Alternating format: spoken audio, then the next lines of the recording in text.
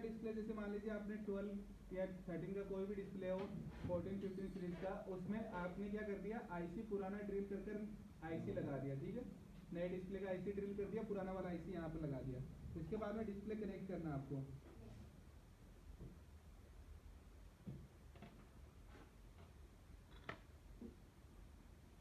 ठीक है, मैंने यहाँ पर डिस्प्ले लगा दिया। और डिस्प्ले लगाने के बाद में अब आपको क्या करना है, यहाँ पर रीडिंग डाटा पर क्लिक करना है, ठीक है, डाटा रीड होगा यहाँ पर। कोई भी डिस्प्ले का आईसी अगर आप प्रोग्रामिंग कर रहे हो तो 5 बार प्रोग्रामिंग कर सकते हो, 5 से ज़्यादा बार प्रोग्रामिंग नहीं होता है डिस्प्ले का आईसी, ठीक है, ये चीज़ ध्यान में रखना है। अब जैसे मैंने यहाँ पर कनेक्ट किया तो यहाँ पर मेरे पास में क्या आया, या तो 13 है या 13 मिनी का डिस्प्ले है, ठीक है, दोनों एक जगह कनेक्ट होता है, इसलिए यहाँ पर कोई दिक्कत नहीं है। अब यहाँ पर देखो क्या लिखा है, display IC renaming right count कितना है, 4 टाइम, मतलब कि एक बार तो एक कर चुके हैं हम लोग, 4 बार और इसे प्रोग्रामिंग किया जा सकता है। अब आप जब भी रिपेयर करेंगे आपके सामने क्या इश्यूज आएगा, आपके सामने ये MTSR नंबर डिफरेंट मिलेगा और ये ट्रूटोन नंबर डिफरेंट मिलेगा आपको, ठीक है, जब आपने आईसी रिप्लेस कर दोगे उसके बाद में तो ये नंबर यहाँ पर डिफरेंट मिलेगा, स्टार्टिंग का और लास्ट का अक्सर नहीं देखना, बीच में यहाँ से देखना, बीच में यहाँ से आपको कुछ अक्सर डिफरेंट मिलेंगे। आपको सिंपल क्या करना है, इसका एक जैसे ही रीड करो, रीड करते ही इसका एक फोटो कैप्चर कर लेना पहले तो, और उसके बाद में ये वाला नंबर को कॉपी करना है, ठीक है, MTSR नंबर को कॉपी करेंगे और यहाँ पर पेस्ट करेंगे, यहाँ पर पेस्ट करना है सिंपल, ठीक है, ये कर लेंगे इतना, MTSR नंबर को कॉपी कर कर ट्रूटोन में पेस्ट करना है। इसके बाद में टिक मार्क यहाँ पर ऊपर वाले ऑप्शन पर रहना चाहिए, बाकी किसी पर भी नहीं रहना चाहिए। और उसके बाद में हम लोग क्या करेंगे, यहाँ पर राइट टिक ऑप्शन पर क्लिक करेंगे, ठीक है। अब ये मुझसे पूछ रहा है कि ओरिजिनल डिस्प्ले है कि थर्ड पार्टी डिस्प्ले है, तो दोनों में प्रोसेस होता है। अभी हम लोग ओरिजिनल पर कर रहे हैं तो हम लोग यहाँ पर क्या करेंगे, ओरिजिनल डिस्प्ले पर क्लिक करेंगे, ये कर दिया, कंफर्म कर दिया। इसके बाद में यहाँ पर देखो डाटा राइट होना स्टार्ट हो चुका है, ठीक है, जैसे ये कंप्लीट हो जाएगा यहाँ पर हमारे पास में देखो original colour data writing completed लिखा हुआ आ गया। अब हम लोग यहाँ पर रीड पर वापस क्लिक कर कर देखेंगे, और रीड पर क्लिक करने कर देखने के बाद में MTSR नंबर और ट्रूटोन नंबर दोनों आपको सेम दिखने चाहिए। अगर दोनों सेम आ गए तो इसका मतलब समझ जाओ हमारा काम कंप्लीट हो गया, ठीक है, हमारा काम कंप्लीट हो गया। अब ये आईसी ये डिस्प्ले है, अब ये डिस्प्ले एरर मैसेज शो नहीं करेगा। अब ये डिस्प्ले मोबाइल में लगा सकते हो। अब देखो क्या चीज़ था हमारे पास में, यही सेम प्रोसेस हम लोग पहले करते थे iOS 18 से पहले ट्रूटोन के लिए।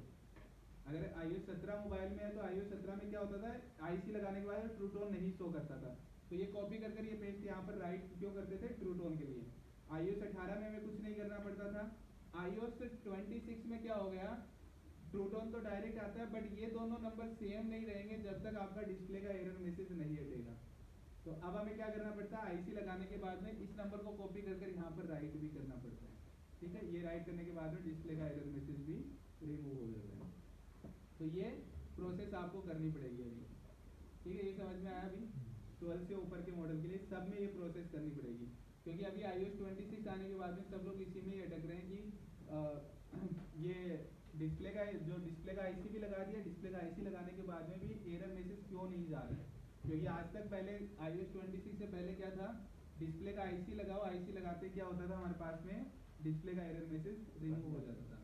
अब हमने पुराना ओरिजिनल आईसी भी लगा दिया, फिर भी डिस्प्ले का एरर मैसेज नहीं जा रहा है, तो उसके लिए ये कॉपी करके यहाँ पर पेस्ट करना है। ये टिक ऑप्शन डिफॉल्ट आता है इसमें, बस राइट टिक ऑप्शन पर क्लिक करना है।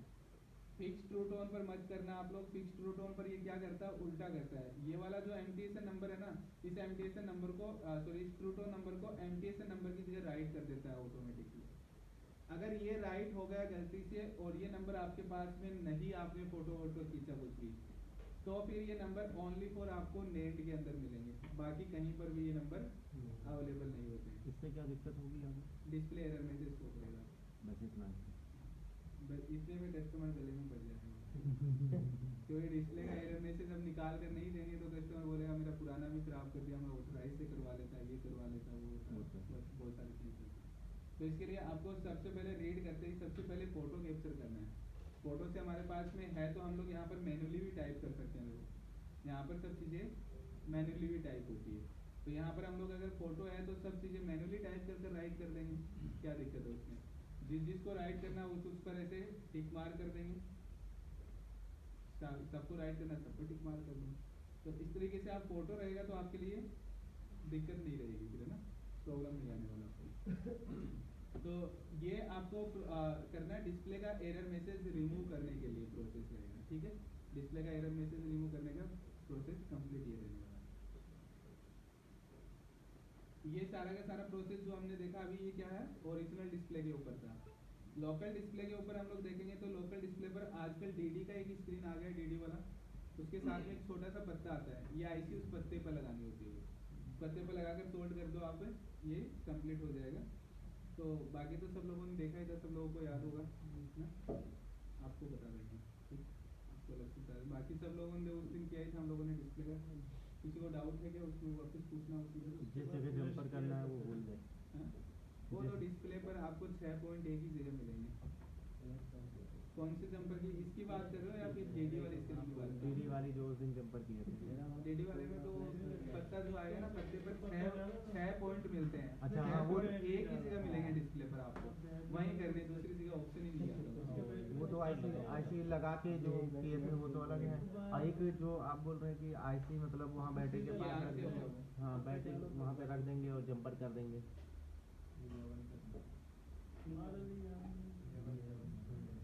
डाटा की लाइन एक रजिस्टर हटाना है।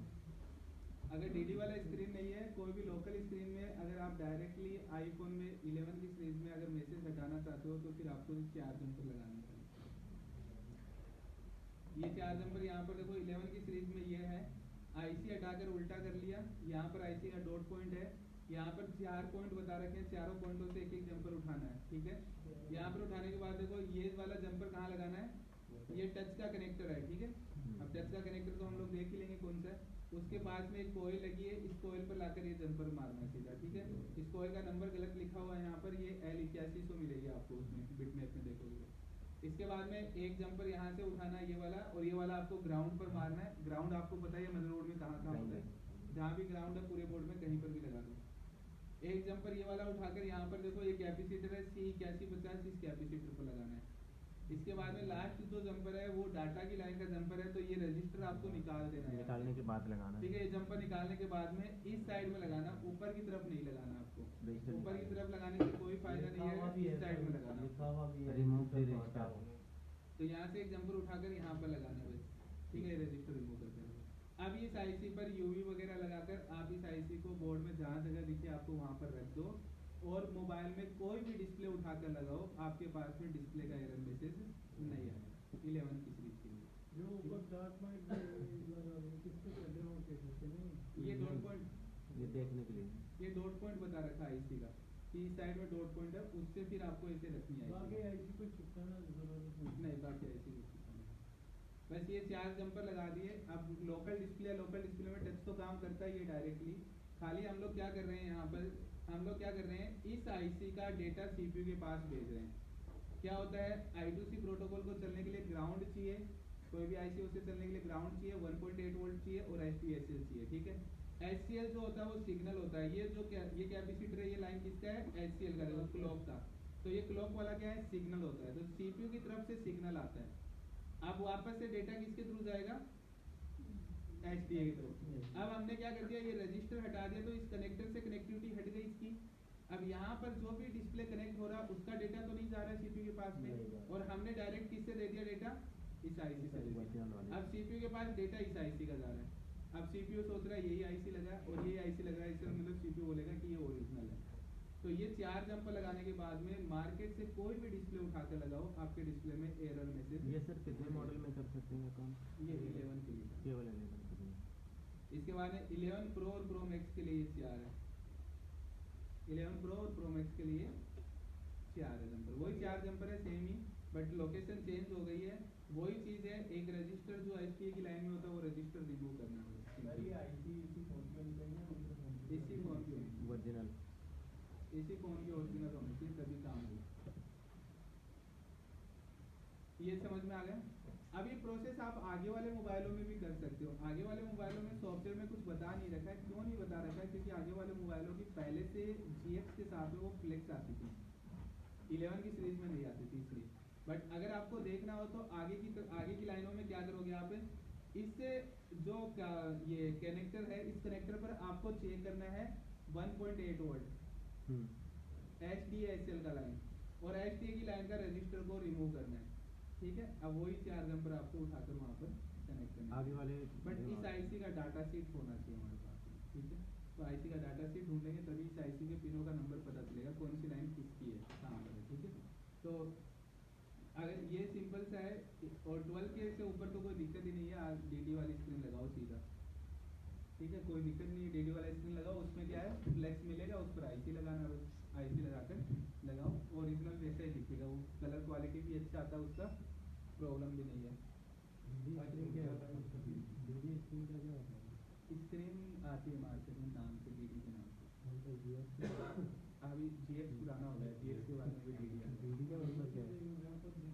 अभी जीएक्स का मतलब भी पूछोगे फिर जीएक्स का मतलब क्या है? जीएक्स मतलब कंपनी ने निकाला कंपनी ने नाम रख दिया, नाम है मतलब। अभी डीडी के नाम से आ गई है, डीडी कंपनी का नाम है ना? प्रॉब्लम भी है ना, जब से वो आए 26 आए ना, उसमें शायद से 20 रुपये रुक जाता है, फिर उसको क्या करना पड़ता है।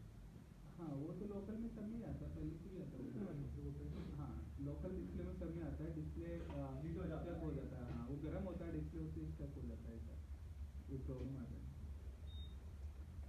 ऐसा ही आएगा, मैं आपको दिखाता हूँ, ये है देखिए, जीएक्स वाले के पास साथ में एक छोटा सा पत्ता आता है, आता है। वो डीडी के साथ में आता है। वो आईसी आपको उस पत्ते पर लगानी है, हाँ। और उसके आगे 6 पॉइंट मिलते हैं, 6 पॉइंटों को डिस्प्ले पर जंप करने का ऑप्शन मिलता है, लगा के पता नहीं होल्ड करना होता है। वही सेम काम करना, वो डीडी में होता है।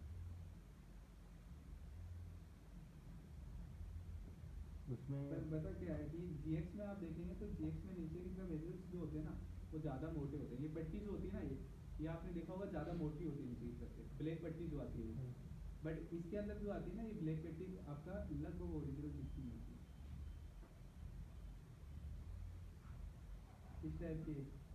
अब देखो यहाँ पर हमारे पास देखेंगे तो यहाँ पर देखो ये कनेक्ट करने का ऑप्शन दिख रहा होगा आपको इधर,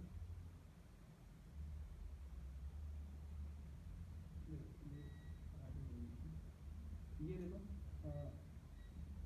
यहाँ पर इन लोगों ने इसके नीचे कर रखा है, यहाँ टेप पर लगाया रहता है काला। हाँ, तो यहाँ पर ये कनेक्ट होता है, देखो ये जूम होता है इसका। माउस पे जो गोल गोल घूमने वाला देखो ये पत्ता दिख रहा है आपको 6 पॉइंट, ये तो ये पत्ते के ऊपर ये डिस्क आईसी लगाइए, और ये पत्ता यहाँ पर कनेक्ट करना है 6 पॉइंट से। तो हर में 6 ही पॉइंट आते हैं, 6 पॉइंट पर यहाँ पर कनेक्ट करो, जो अभी हमने काम किया वो जो ओरिजिनल पर आईसी लगानी पड़ती है, इसको इस पत्ते पर आईसी लगाते हैं, इतना प्रोसेस है।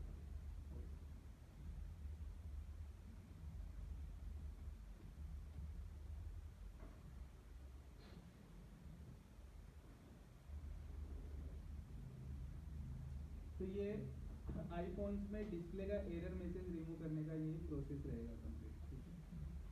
तो समझ में आ गया इसमें आईफोन वाला पूरा कंप्लीट ये प्रोसेस आपको करना रहेगा जब आप डिस्प्ले का एरर मैसेज हटा रहे हो। और 11 से ऊपर की सीरीज में सब में 11 से स्टार्ट हो जाता है एरर मैसेज आना, 11 से नीचे वाले में नहीं आता है, ठीक है।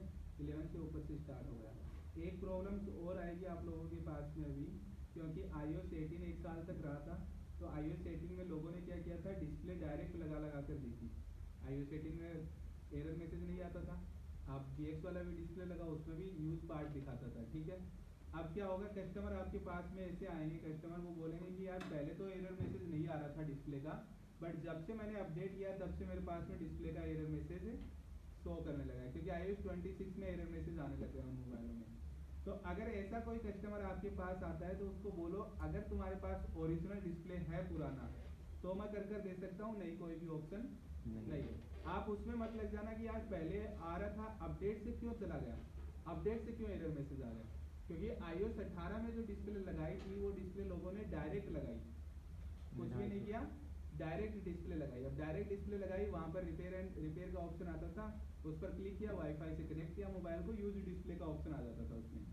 बट वो जो डिस्प्ले लगाई थी उन मोबाइलों को जब से कम अपडेट आने लगे हैं 26 के, 26 में तो नहीं हुआ था, 26.1 में हुआ था ये। जैसे 26.1 में अपडेट कर लिया, अपडेट करते ही उन डिस्प्ले में क्या आ गया, डिस्प्ले का एरर मैसेज आ गया, ठीक है। तो ये प्रॉब्लम्स अब आए तो कस्टमर को बोलना कि पुराना ओरिजिनल है कि नहीं है, अगर नहीं है तो मना कर दो, उसमें कोई माथापच्ची नहीं करनी है आपको, कोई भी सोल्यूशन उसका नहीं है फिलहाल में, क्योंकि सीधा होने लग गया था ना काम, सीधा होने लग गया तो आईसी लगाना ही बंद कर दिया लोगों ने, आईसी लगाना ही बंद कर दिया लोगों ने, सोचा कि भाई डायरेक्टली काम तो हो ही रहा है, मार्केट से डिस्प्ले उठाओ लगाओ, तो उसमें ये प्रॉब्लम आने लग रही है वापस से। ठीक है, ये क्लियर हो गया सब लोगों का? अभी लंच के बाद में मिलते हैं ना? लंच के बाद में आईफोन का पावर ऑन सीक्वेंस समझेंगे हम लोग। ठीक है, मोबाइल ऑन होने के लिए कौन से वोल्टेज की जरूरत पड़ती है।